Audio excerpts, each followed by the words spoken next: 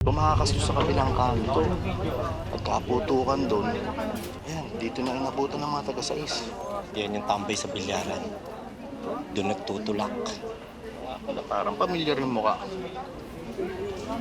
Ang mukha ko nga yan.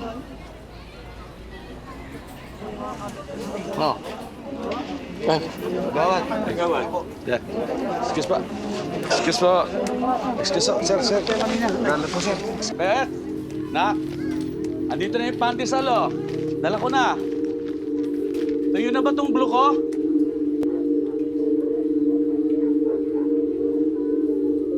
Bet!